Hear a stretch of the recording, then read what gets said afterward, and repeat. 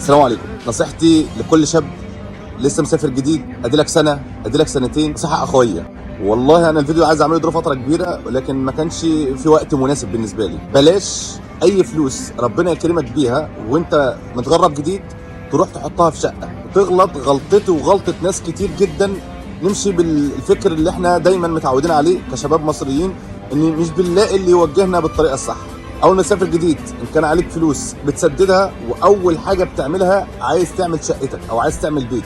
فكل اللي ربنا يكرمك بيهم تمسكهم تحطهم في بيت او تحطهم في شقه، بمعنى اصح بترمي فلوسك في الحيطان. في واحد صاحب ليا مسافر في دوله ما وكلمني من سنتين تقريبا وقال لي انا هشطب في الشقه.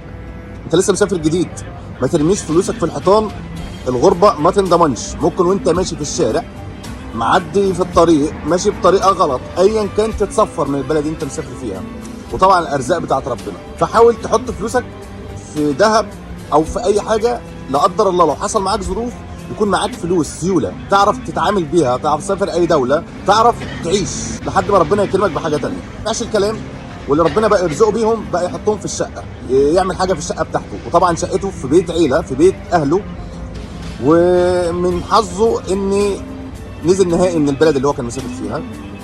حاليا هو قاعد محتاج يسافر دوله ثانيه ومعهوش فلوس يسافر دوله ثانيه، لدرجه ان ما معهوش فلوس حتى يروح يقعد على قهوه. لك ان تتخيل ان يكون معاك فلوس 400,000 جنيه وترميهم في الحيطان، في محاره، في تشطيبات، في حاجات، وتحصل معاك الدروب ده. مش عارف تتصرف، مش عارف تصرف على نفسك، مش عارف تفتح مشروع، مش عارف تشتري حاجه تشتغل عليها، مش عارف تسافر دوله ثانيه، بسبب ان انت كل الفلوس اللي كان ربنا بيكرمك بيها بترميهم في تشطيب الحيطان عندك وتشطيب شقتك وتعمل فيهم حاجات في شقتك، وما عملتش حساب يوم زي ده. طبعا اللي انت شطبته او اللي انت عملته في بيت اهلك مش هينفع تروح تخلع الحاجه ثانيه وتبيعها. اللي تركب خلاص مش هينفع تتشال.